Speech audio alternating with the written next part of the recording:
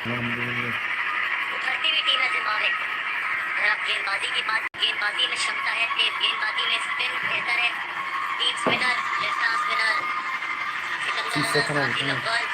इसलिए मेरा मानना है कि आईसीसी का ये फर्ज बनता है कि चाहे वो जिम्बाब्वे हो, अफगानिस्तान है, बहुत ज्यादा क्रिकेट खिलाएं, बेहतर टीमों के साथ क्रिकेट खिलाएं, क्योंकि क्रिकेट डेवलप होनी और ये टीमें बेहतर होनी, ये जो गैप है ये कम होना बहुत जरूरी है। अगर हम वर्ल्ड क्रिकेट में या फिर दुनिया में क्रिकेट का और ज़्यादा प्रमोट करना चाहिए, क्योंकि जितना ये गैप बढ़ता चला जाएगा उतनी ही गेम्स वन साइडेड होती चली जाएंगी। तो आगे आने वाले समय में मैं देखना चाहूँगा कि जिम्बाब्वे और ज़्यादा T20 खेले, चाहे वो ऑस्ट्रेलिया के खिलाफ खेले, भारत के खिलाफ खेले, ज़्यादा बायलैटरल सीरीज खेले, अफगानिस्तान हो गई, आयरलैंड हो गई, ये जो एसोसिएट नेशंस हैं, जिससे और ज़्यादा एक्सपीरियंस मिलेगा तो ये खिलाड़ी और बेहतर होते चले जाएंगे।